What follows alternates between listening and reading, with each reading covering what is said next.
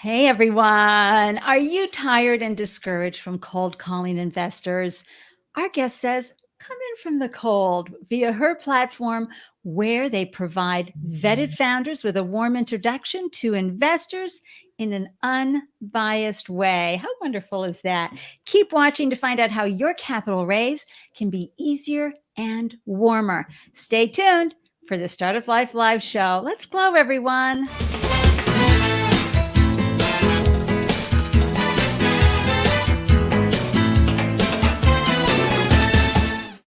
Hello, everyone, and welcome to the Startup Life Live Show. I'm your host, Ande Lyons, 4-time founder and startup champion to founders around the world. And after raising 4 businesses of my own, I know firsthand what you are crawling through every single day. Those high levels of uncertainty that you're facing and those wonderful moments where you're just, wow, there's nothing better, right? One minute you're popping that champagne and the next minute you're crying into it. It's all the wonderful and delicious life of the startup founder. And I'm so grateful that you carved out time to tune in and grab the gems from our delicious conversation and level up your founder game. Because as you do better, your business will do better. And a big yoo-hoo, woohoo to the live viewers. Thanks for tuning in, and a hearty welcome and a hi to the replay viewers and the podcast listeners. I'm so glad you tuned in. You're going to love this conversation today. And if you are tuning in via YouTube, please share your subscribe love and a click on the bell icon for alerts. Okay, so thanks for that. And to receive an alert whenever a new show is posted, well, come on over and join the Startup Life Meetup group. That's right. You join the Meetup group over here and you will receive an alert whenever I post a new show. I know that there is a founder you could be learning from in the conversations that we have, because I'm talking to founders from industries, all types of geographic locations from around the world. So there are conversations that are going to benefit you and your startup. So I'm so excited to introduce you to our guest today. Let me put this up for a second here and tell you all about Eleanor Haglund. She's the founder of Alliance, a platform that connects investors to vetted founders in an unbiased way, both through search and tailored recommendations. Eleanor earned her MBA at Columbia University, was an inaugural member of the Innovation Scholars Program in Project Olympus, and won awards in several startup competitions like the Columbia Venture Challenge and Hack a Startup. Woot woot! Let's bring her into the room. Yay, Eleanor! Hold on, let me just there we go. Welcome to the show, Eleanor. Hi. Great to be here. Thanks for having me. Oh, I'm so happy you're joining us today and talking about one of my favorite topics, which is how to break through that cold calling of investors and create the opportunity for a warm introduction, but also for community among founders. It's so important for us to hang out with our peers. So first of all, where are you hanging out from today? I'm currently in Austin. Oh, beautiful. I'm here freezing in Boston. Adam, Terry, wow. How did you know? How did I know you want to come in from the cold? How's it going? Where are you hanging out today, Adam? Where I'm here in Boston, still freezing. Eleanor is in Austin. I love that.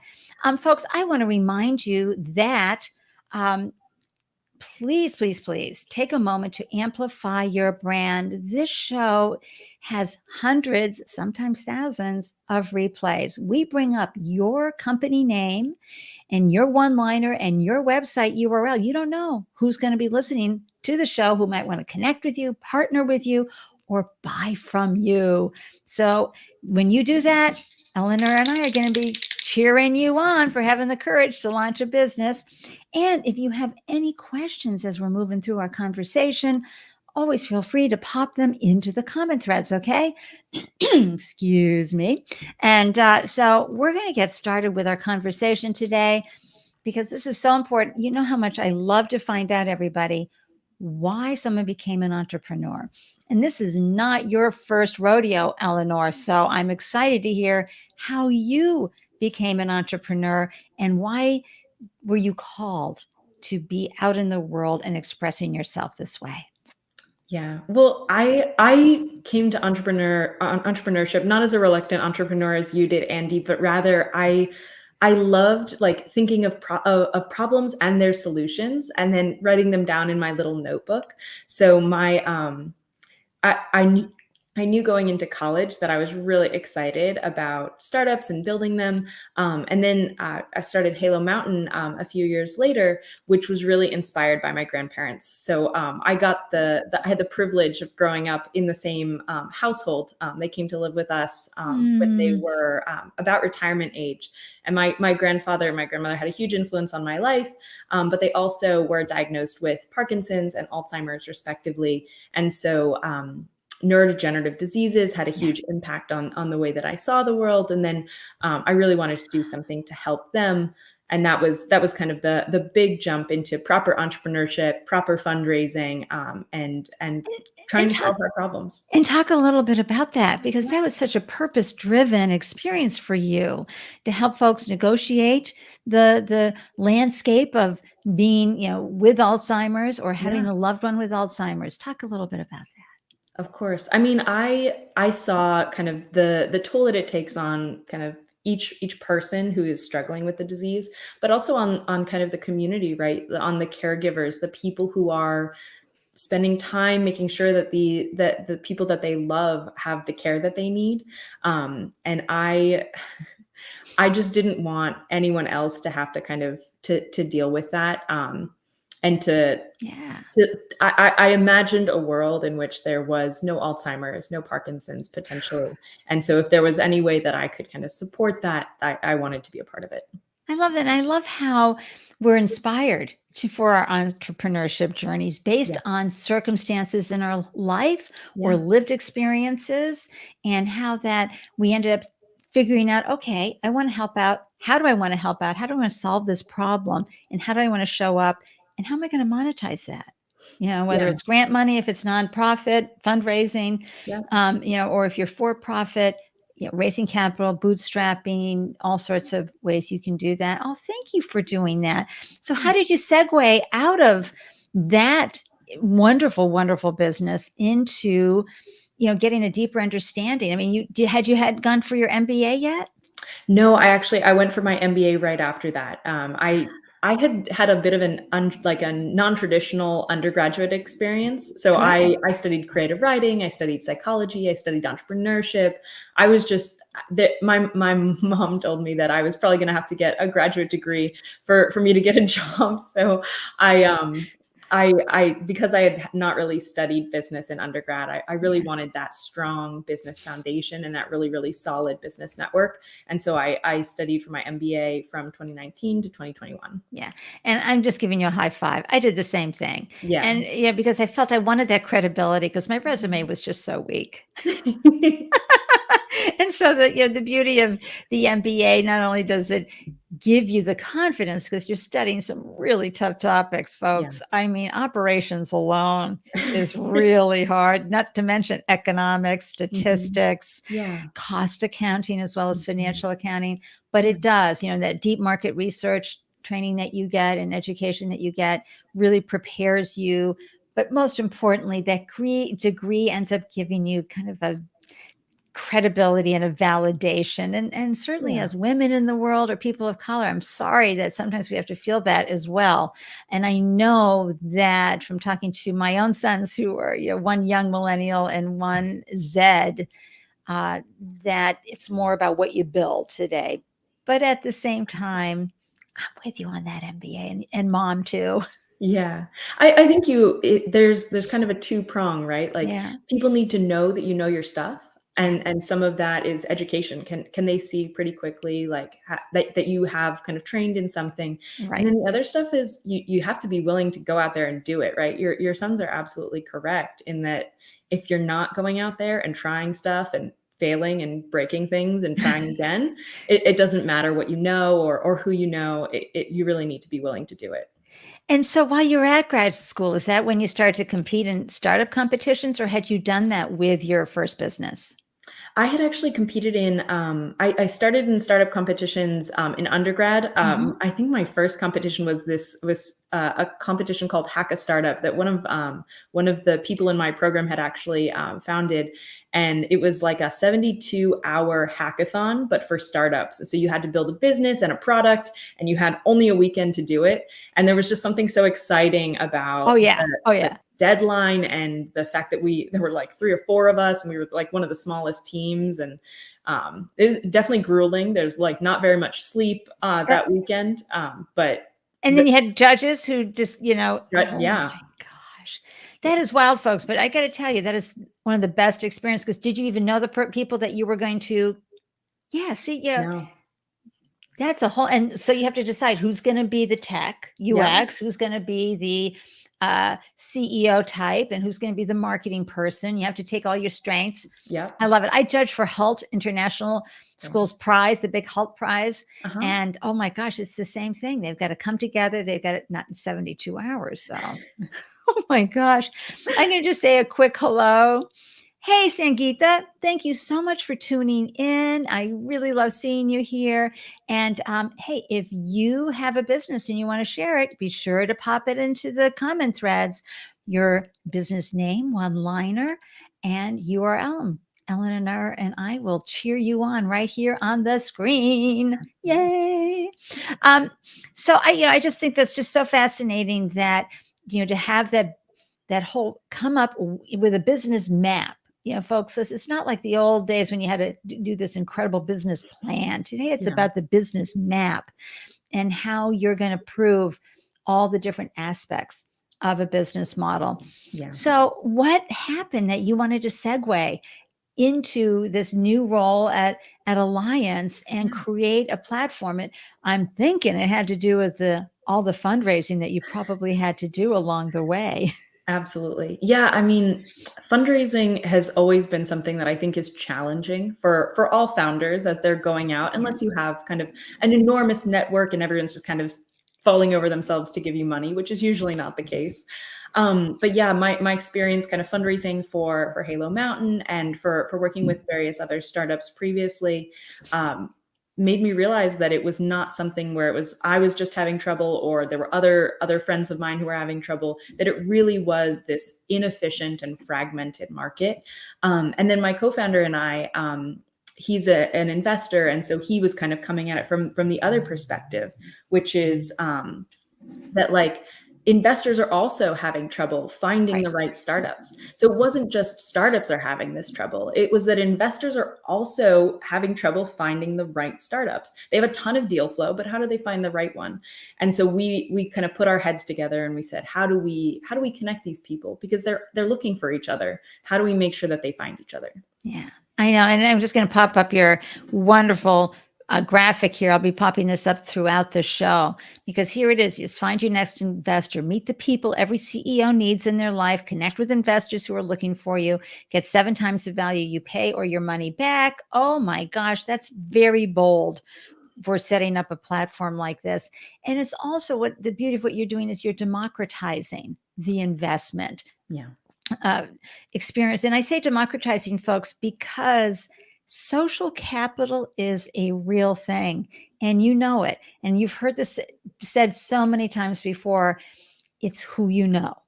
Well, if you're coming out and like your family doesn't know anybody, your friends don't know anybody, and you sure as heck don't know anybody, how are you going to know them, right? How are you going to meet them? You have such a great idea, but if you can't get in front of them without any introduction or any credibility, because not everybody gets on Shark Tank. Not everybody gets into the pitch events. Not everybody has these opportunities. So the fact that you have created a platform where you're democratizing the opportunity for the founders as well as the investors, I think you're saving time and money for everyone.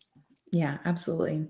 Yeah, I think that if you don't have necessarily the connections already within your network, it's a longer game, right? You have to find them, you have to have the guts to reach out, and then you also have to prove to them why they should trust you, right? If someone's going to give you money, if someone's going to partner with you, there's got to be some sort of relationship there, because That's right. that's just how we work, right? We're humans, we operate based on trust, especially when we're talking to strangers. That's right. So when you came up with the idea with your co-founder and you started putting all the parts and pieces together, Yeah. did you have some prior fails? And folks, remember that Yes. word fail is wonderful. Yeah. It's all about learning along the way on your journey. And Mhm. so we want to see that. We want to Yeah. see that, ooh, I learned that and I don't ever want to do that again. Or I pulled on that thread and this happened that was good, but that happened and oh my gosh, never again. Yeah. So what happened with Halo that you're thinking, okay, now that I get a chance to build another business, what am I going to do differently? Yeah, I mean, I would say that I celebrate my failures, right? Every I love time it. I've fallen on my face, it means exactly, yeah, yeah. It means I've learned something that I shouldn't do again. And so I would say that with Halo Mountain, the big thing that I learned is a lot about IP law. So unfortunately, the scientist had released some information before he had patented it, and so it Mm. made it really difficult to proceed on that one.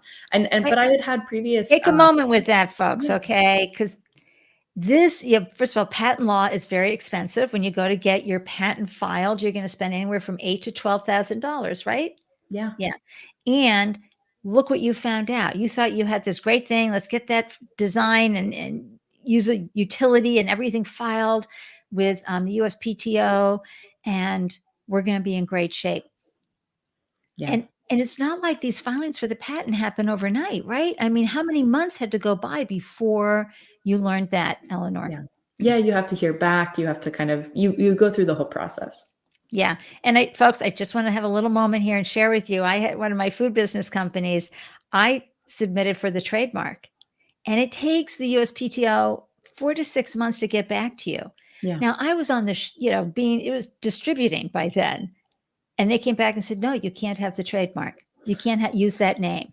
yeah, And that was unacceptable to me. And it's a great story on how I found out, how to get around that and got permission from the person I was bumping up, the company I was bumping up against. But these are the things, folks, that they don't tell you when you launch your business, especially when you have intellectual property like you had with mhm, Halo. So yeah, that informs your decision now. And I can see one of my favorite attorneys at the startup docs, DOX, everybody, get all your business filed at the startup docs. They prepare you, they focus only on startup founders.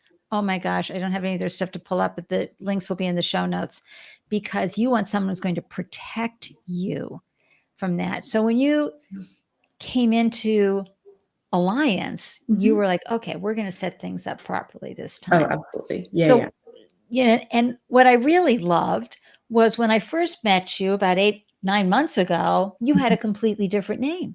Yes, we did. So talk a little bit about that. But before we go there, let me just say Yeah, hi. Hi, Sangeetha has been sharing some really great information. So I just want to do this. I want to honor her. Sangeetha is saying, I'm currently working on a start to shorten the mhm, time to take in to hire a candidate. Oh, we all need that. yeah. You read the next one, Eleanor. Um, we are using AI for resume parsing, scoring them based on hiring managers' requirements, and automating the initial screening by a bot. Excellent. And look what they have. They've got an MVP already, and Yeah, you're that's still working on awesome. the landing page. Well, do you have a URL that you can provide, Sangeetha? Because we're happy that you're here to to learn. That's what we're here for. The found in Startup Life Live. And just one more for hello to Brent from Ottawa, Canada. Thank you for your warm wishes to Boston and to Eleanor. I'm going to be talking with Brent tomorrow night, everybody. And we're going to be talking on Twitter Spaces. So follow Brent Manuel on Twitter, and I'll be sharing some Andy-licious gems with him. And hey, Tapple from Boston, one of my favorite startups here in the area, waving. Hi, everybody. And Tapple, just please throw in your one-liner and your URL I mean, basically it's chapel.io, but throw it into the comment thread so I can pop it up on the big screen. Please, please. Thank you. Thank you. Anyway, back to when you went to set up the business, Yeah. you know, and you started off with an initial name. Talk to Yeah. everybody how that worked. Yeah, well, so we started off as Aspire 360.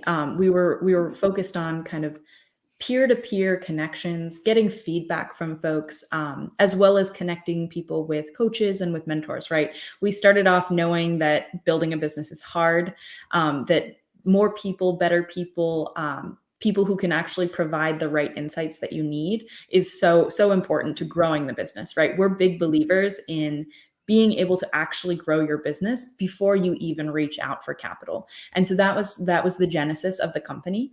And that 360 was that 360 feedback.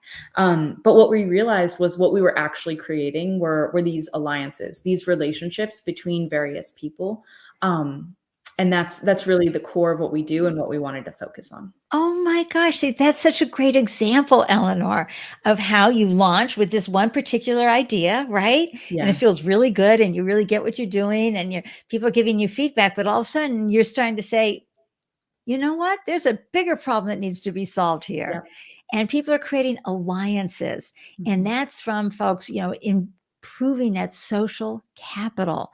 Everybody focuses on financial capital, but believe me, it's the social capital that you're providing at Alliance that helps folks make those connections. So what was that name change like? Take us through that, because founders, this happens all the time. You start with one name, you're like, or someone says cease and desist and we're not fooling around. You're like, oh my God.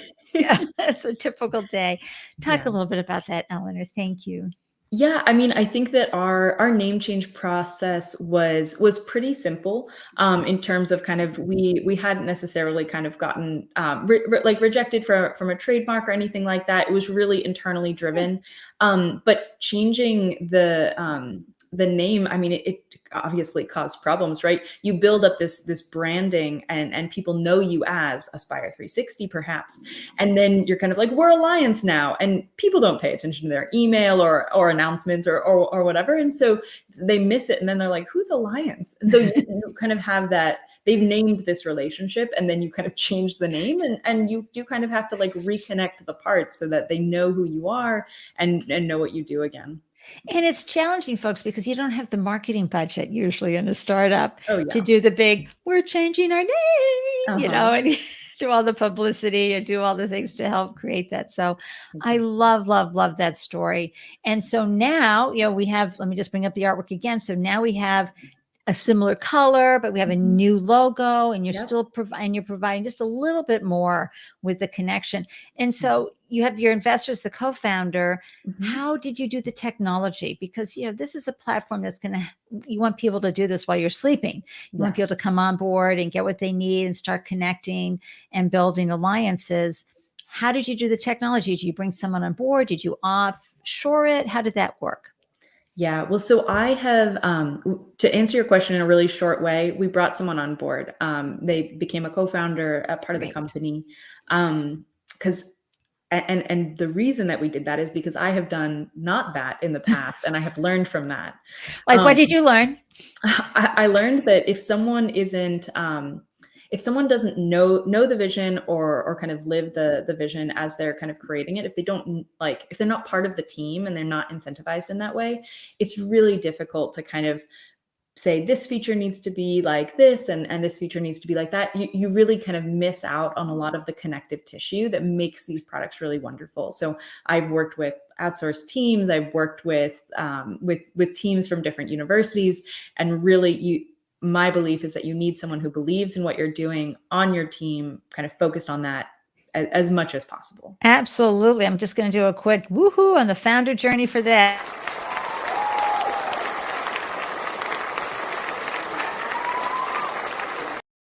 That is such great founder journey advice, folks. If you can bring someone on so they have a stake in the business. Mhm. And so now they're really wanting it to succeed versus you being a client in a portfolio of 20 other clients. Yeah. And also, as you change your mind or you brainstorm with them, you feel like you're with a partner. That's a great way to go. We can't always go that way. And I know plenty of folks have had great success with a product development team that they've outsourced, but it gets real tricky. And Eleanor, I've known folks who have brought the tech founder on, and the tech founder added value, and then they had to move on. Yeah. Because the challenge, folks, is as a startup, we don't always have the funds to pay market rate for our team members, and sometimes they have life issues where they need to be, getting their full capable payment for their work in the world. So, Absolutely. the founder journey, the things that we get to deal with all the time, making things happen. I love that. So, and folks, I'm going into some of the nuts and bolts of how Eleanor came to build her platform, because that's still so important. We're going to get onto a lot of the investor parts as well. But right now, it's really about how does she make the right and the team make the right user experience to onboard folks. So how are you doing customer acquisition? How do you find folks and bring them on board? And what is that process like? Yeah, well, so our process has iterated over the last year or so. Yay! Love We we started off with kind of just direct outreach, existing communities. That was our kind of initial stab in the dark. And what we realized is that referrals and partnerships and events are really how we grow and how we get access to the right people who are actively fundraising, who need these various connections, or who are looking to invest. Right. So it's both ways. The referrals we love because people who know of other people know kind of what we want and what they want, and they're able to make that connection. It's kind of the genesis of our Right. platform as well. And those partnerships are wonderful too, because you get to kind of meet these wonderful organizations that are supporting startups in the way that they need, and like accelerators, or there are funds out there that have an accelerator feature. For example, Beta Boom out of Utah, they bring in tech founders and they invest in those tech founders. Yeah. So it's a whole, and they teach, and same thing with Visible Hands. And I think Zane Venture Group is doing the same.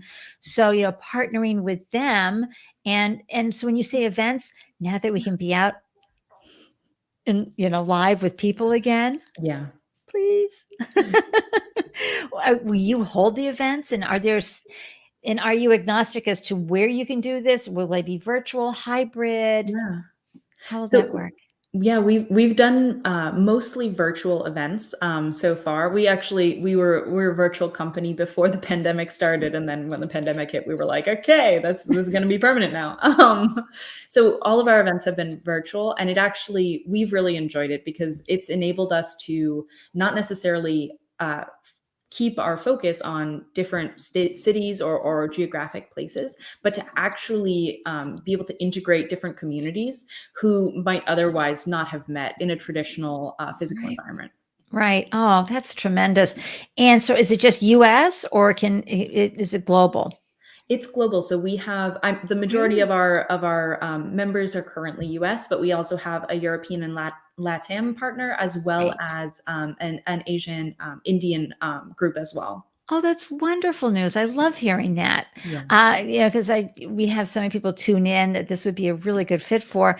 And so how are you differentiating yourself? Because, we hear about this coming up. This is a real popular idea that I've seen in different places, which, folks, don't ever let that stop you from your business. I'm going to say two things. One, as Seth Godin says, sure, it's been done before, but not by you and not for us.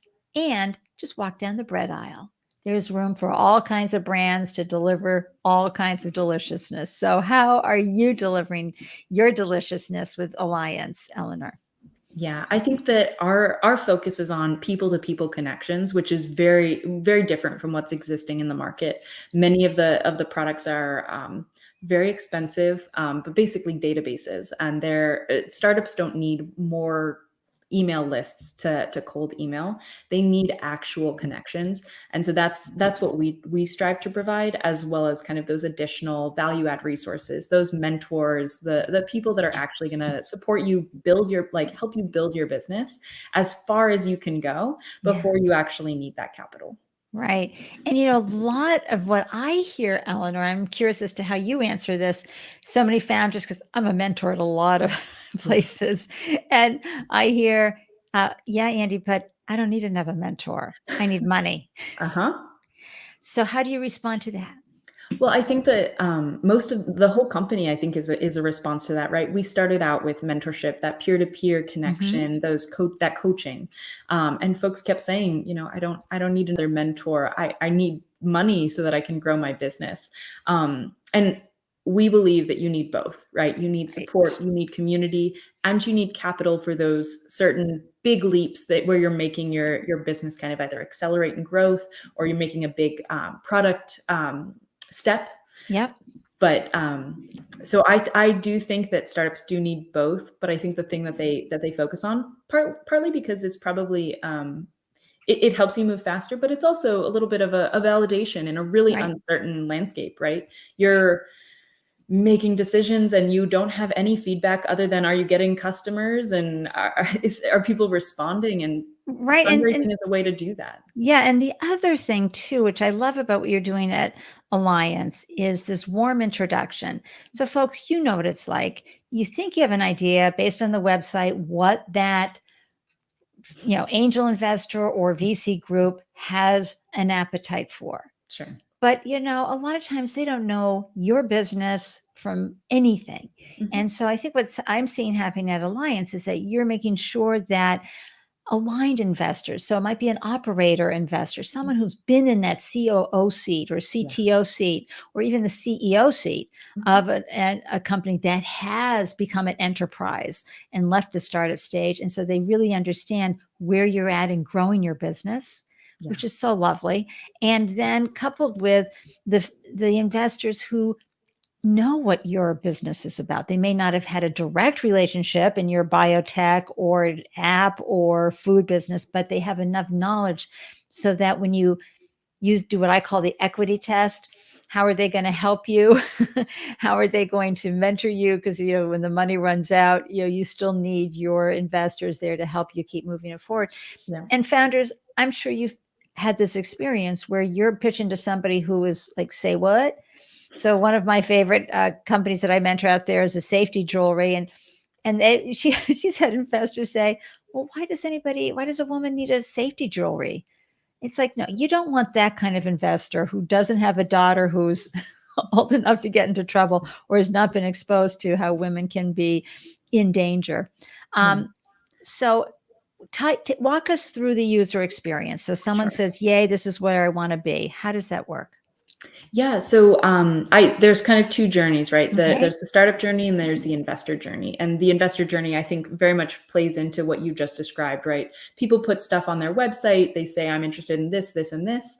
And sometimes that changes. Sometimes that changes over time. And sometimes maybe that's like a big VC's thesis, but each individual within that VC has a different perspective, prefers a certain type of founder, a certain type of company, or a certain type of trajectory. So on the investor side, once they sign up, they get to input their overall thesis, and you can get geography and industry and those things there. But then we also look at the various factors that actually they actually use to make those decisions for what to invest in. So we use that.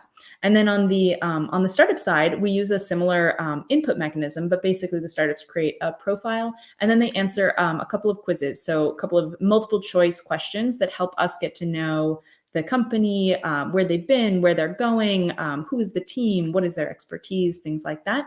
And then we use machine learning to connect the two. Excellent. See, that's so important to be able to bring what an investor is seeking, because folks, I want to remind everybody, and you can talk about this too, Eleanor, investors have a fund. Okay. They have now angel investors, maybe it's just their own money, which is fine. So they're going on a different basis, but most angel groups and definitely VC funds, hey, they've raised all that money. They need to deploy it. Yeah. and they need to get a return on that. So they need to be finding the businesses, the models, business models they like, but also the founders that they believe in, the founders who are showing them, ticking off the boxes that they're looking for on a founder and a founding team that's going to be able to execute. So talk a little bit about how your investors are feeling about what you're bringing and how you're providing them with this not only soft, warm introduction, but also the ability to stock a startup and watch them as they progress and be able to toggle off the box that says, how are they growing? What's traction looking like? What am I seeing in the growth of this startup? Yeah, Thanks. absolutely. I would say that you're absolutely right in the sense that VCs, in some ways, their fund is like a startup, right? It needs to be successful. It needs to return money to their investors so that they can hopefully raise another fund, right? It's an iterative process for them as well. I would say that they have been really, really excited about the platform specifically for a couple of reasons. So one is they get to meet a lot of really fantastic founders that are outside of their existing networks. And the second is that they can do that in a lot less time with a lot fewer resources than they had to before, right? Many people were hiring analysts and bringing in additional support because this cold email is overwhelming, and you don't want to miss that nugget that ended up in your inbox that you just didn't have the time that day to read. So we help them with that. And so important, Eleanor. And the thing that, we saw a lot running for 3 years, folks, I co-hosted a pitch event here in Boston, and we would see these VC firms hire kids basically right out of a wonderful school, and they would be the, analysts. Sure. And they can't always make that decision. Where have they seen a business launched and built, right? And there are things that an investor intuitively knows from either having had the experience themselves or being in an early startup or having gone through enough deal flows to understand all the different components. Yeah. So, making that introduction, and are your investors coming in with the experience, or are they sending in their junior people? How is that working as well? Yeah, so most of our investors are actually partners within their firm or the angel investor themselves. So we're making the more direct connection as opposed to kind of someone coming in with like an analyst or an associate and then kind of climbing the ladder, the communication ladder to get to someone who can actually make a decision for that. So based on this slide right here, Yeah. Find your next investor. How is the founder paying for the process and the introductions, et cetera? And how does that fit into their ability as a startup to afford this? But of course, I'm telling you, everybody, this has got to be the best investment you ever make because cold calling, nobody's got time for that. It's true. It's true. Yeah, our model is really simple. We wanted to make sure that it was affordable and accessible to the whole community. And so basically, we have we don't take equity, we don't take a percentage of the round. We just charge a monthly fee for use of the tool.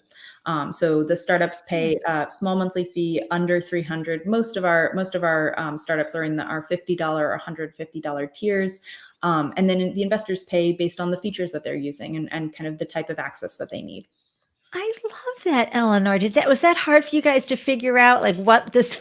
She's going, yes. Oh my God, because there's so much you have to work out here, and folks listening, my podcast listeners, how hard this can be on pricing, like who's going to bear what, and yet at the same time you've got to monetize your business and what's going to be fair. So, talk a little bit about the tiers and also the tools that the investors will be using.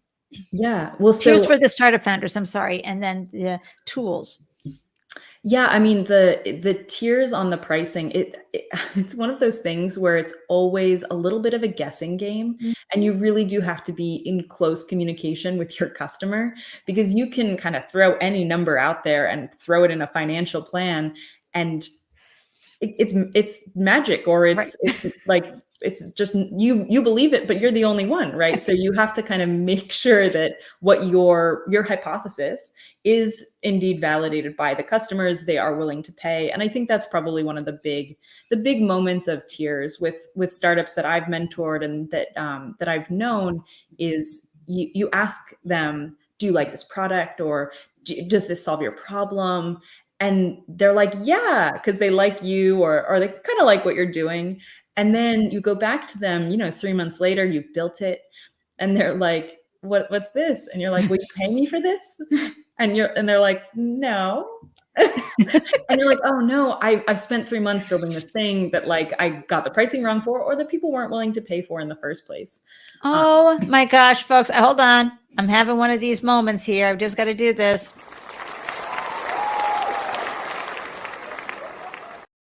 Oh, Eleanor, you just shared the gold right there. That was my Andelicious moment, podcast listeners. Oh my gosh.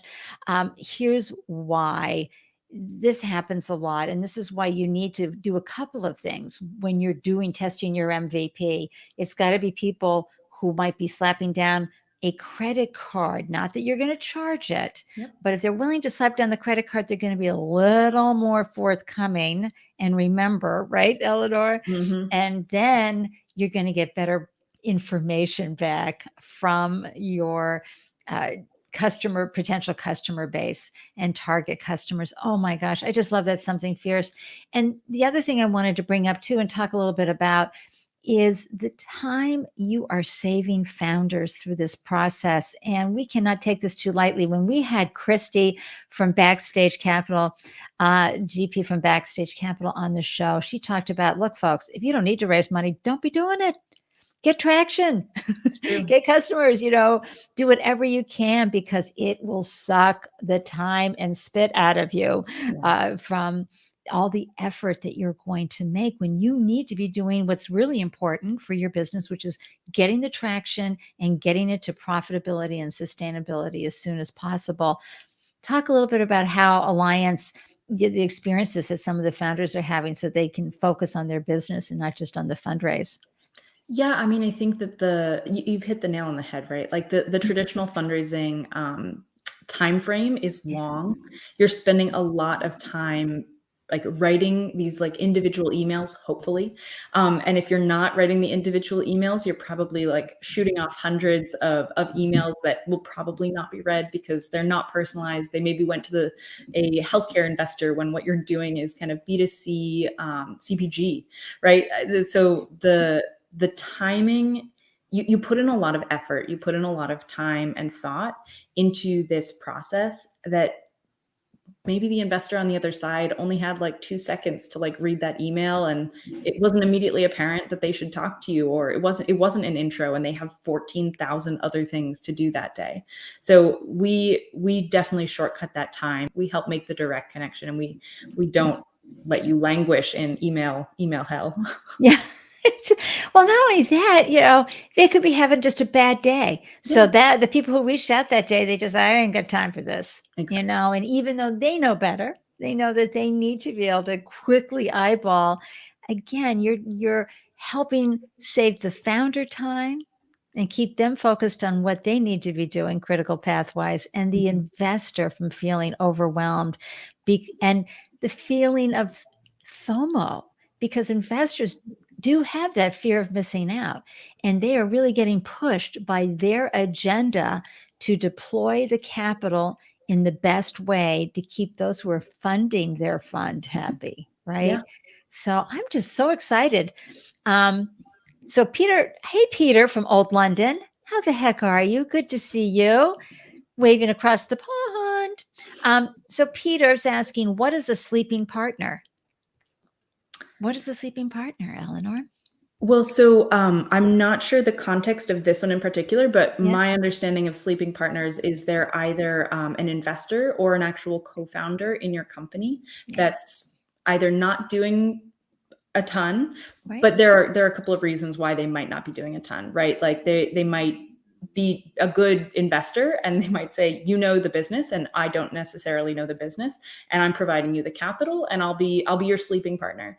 But there are other situations in which you might want them to be more active, and in that case it's maybe misaligned incentives. And that's really tough, founders, when you're raising capital. First of all, just finding the right, because let me tell you, and this is another benefit. I sound like I'm a promo for Alliance, right? But I've raised enough capital to know. And that is making sure that you're getting this aligned investor who is ideal for what you need, because I have seen too many companies close down by having the wrong people on their cap table. You get so desperate for the funds, understandably. You only have so much runway to get your business up and enough off the ground to cover overhead, right? And so the funding is so important. You're so passionate about your vision and your mission that next thing you know, you're kind of handcuffed to somebody that is going to take you down. And so can you talk about that a little? Of course. Yeah. I think that I'm obviously very people focused, right? The people you work with, the people you're connecting with. I've had bad founder experiences as well, right? Like I was so excited about connecting with someone and working on a product with them, and it just for various reasons it didn't work out, right? The collaboration wasn't there, the mission wasn't aligned. You really have to know someone, and you have to know them really, really deeply, because a startup co-foundership is, you're going to be spending more time with them than in some traditional marriages, right? That's right. You need to like them. I think that the best way that I've seen, and what I've been taught from my various mentors, has been vesting and making sure that you do have that time to get to know them, or even just trying to work on a smaller project before you jump into the marriage, right? Date before you marry, like walk before you run. Just, you don't need to kind of do that first. Try something smaller. Right, exactly. And I want to get back to your comment and Peter's comment about the sleeping partner. Yeah. Folks, some people just love you so much as a founder, and they believe in you so much. They don't care if this business works out. They'll be in with you in the next one. And David John talks about that a lot. I might lose 125,000. I might lose $500,000, but that's okay, because I'm going to invest in what they're going to do next. So, sometimes the sleeping partner just says, hey, send me the press clips. That's it. And so, those can be lovely too, but you still need some investors that are going to come on and really add value to their cap table contribution to the business. Oh my gosh. We're diving through into a lot of different parts and pieces of your platform. How this building relationships with investors. It's really intense. What are some 3 tech takeaways that you can give founders today when they're raising capital, that they can just walk away with and go, okay, that really is that's helping me right now, right today? Yeah, I would say the first one would be, always be honest. Never try and oversell what you're doing. Give people a sense of your vision, where you're going, but always be honest, because the community is really, really small, and you want to kind of be building that trust, that relationship. I would say, in terms of the second one, I would say do as much as you possibly physically can without raising money.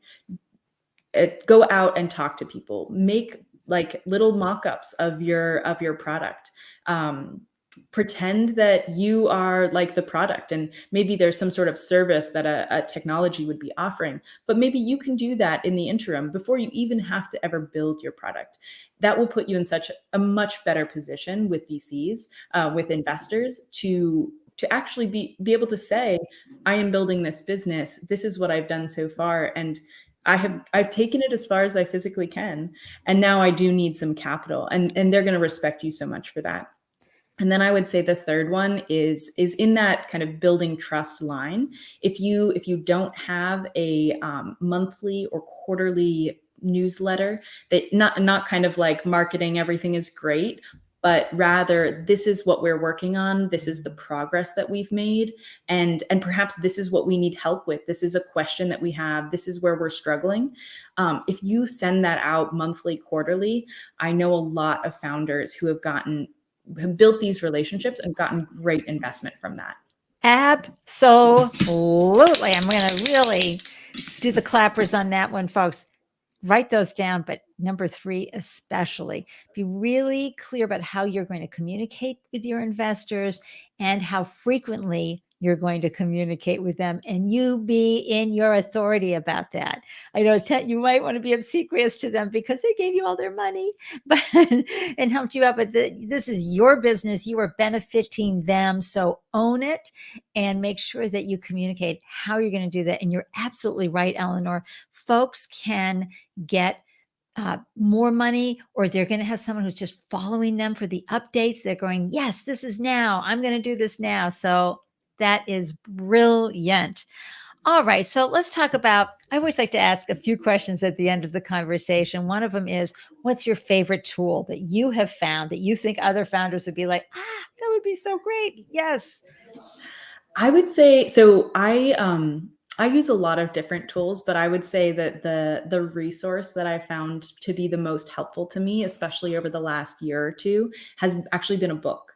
If you guys have ever heard of the book Humanocracy, it's a really wonderful resource about kind of bringing out the best potential in everyone that you're working with, and trusting that they are smart and capable and driven people, and kind of the way that the organization works there. So if you haven't read it, highly recommend that one. I will have it in the show notes. I have a link for this book in the show notes. Humanocracy. Yes.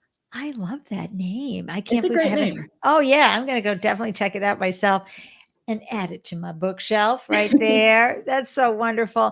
And Eleanor, when you are struggling and have in the past with your prior business and today with your business, how do you shift your mindset when you're getting, just feeling like you're getting slammed with those founder blues, right? Yeah. Those moments where you're like, oh, geez, hashtag, why bother?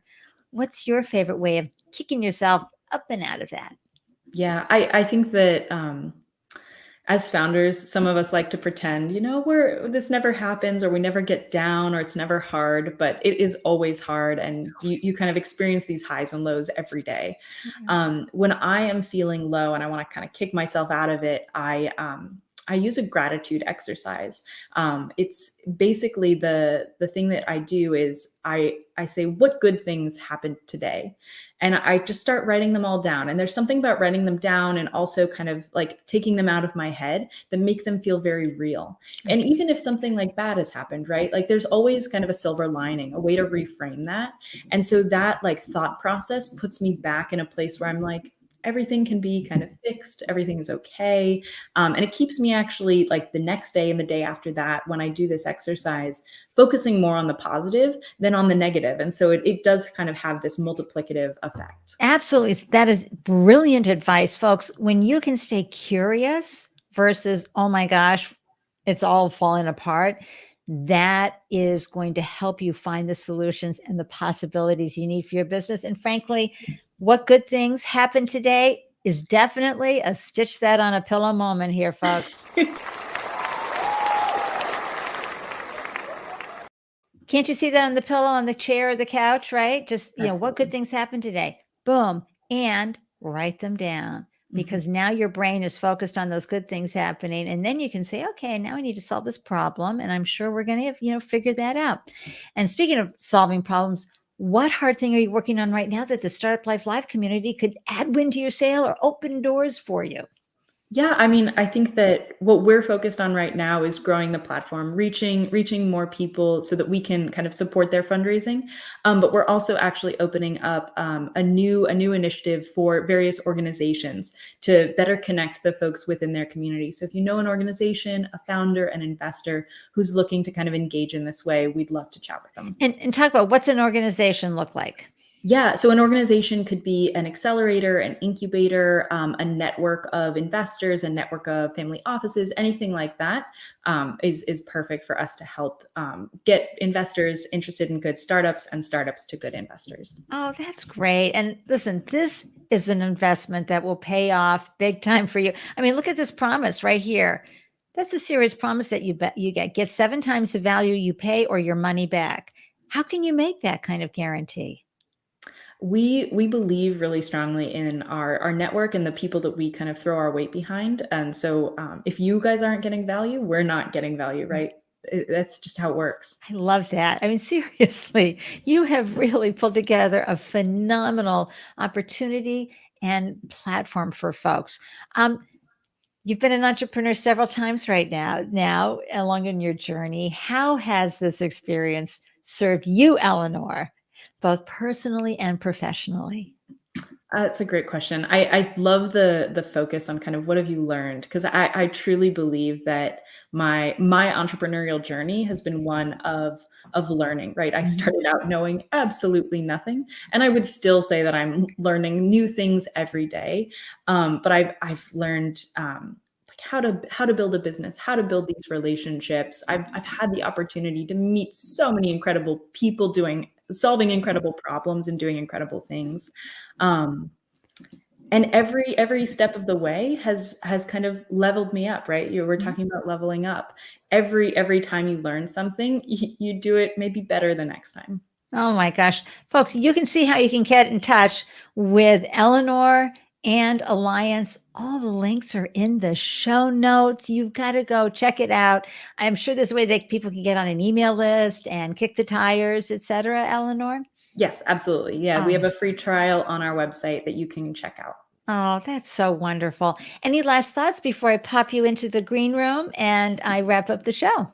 No, I think that's it. Thank you so much for having me. Thank you all so much for listening. Oh, I am so excited for what you're bringing to founders everywhere and to investors. You're democratizing the investment process. You're creating an unbiased approach. You're giving the investors a way so that they can filter quickly to find the folks that they're looking for their fund. And you're giving founders a little more freedom in their life by quickly getting the information, extrapolating the information out from them and their startup so that they can focus on what's so important, which is traction. It's true. Eleanor, thank you so much. Please stay in touch. I'm going to pop you into the green room. It's just such a pleasure having you on the show. Thank you. Thank you. Okay. Oh my gosh, folks, you founders, you've got to go and at least get on the email list and try out the free trial, because if you're raising funds, that, boy, is that a time consuming effort. And those cold calls are not easy, and getting meetings really hard, especially if you don't have the social capital. But let me tell you who's coming up on the show next. We've got a great guest coming on this Friday, April 8th at 12 p.m. EST. We're chatting with Nicole Homer, co-founder and COO of XS Innovations. And foot and ankle strain and injuries are a constant challenge to athletes and their coaches. And Nicole's Biotech startup has developed safeguards against injuries with their sports science-based technology. Plus, I have to tell you, this woman is an extraordinary operations person. I mean, she spent 8 years in the Marines working on supply chain for them. Okay. And now she's got her MBA in operations. She really knows what she's doing in operations. You may not be the COO of your startup, but you need to know how all those parts and moving pieces work while we're learning about her biotech business. So it's going to be a great conversation. And how do you know whenever I post a new show? You sign up and join the Startup Life Live meetup group. Links are in the show notes, everyone. And please come join us in the group. That way you're going to get an alert whenever I post a new show and whenever I'm about to go live with the show. So it'll really be wonderful. I know there's somebody you can always learn from there.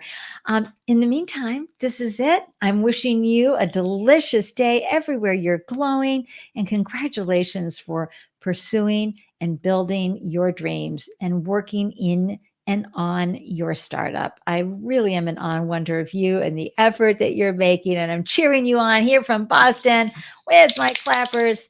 And I know that you will stay strong enough, and that you know that you're wicked smart enough to be doing what you're doing. Until next time, let's keep grooving. Take it easy and be sure to connect with me online. Okay. Bye, everyone.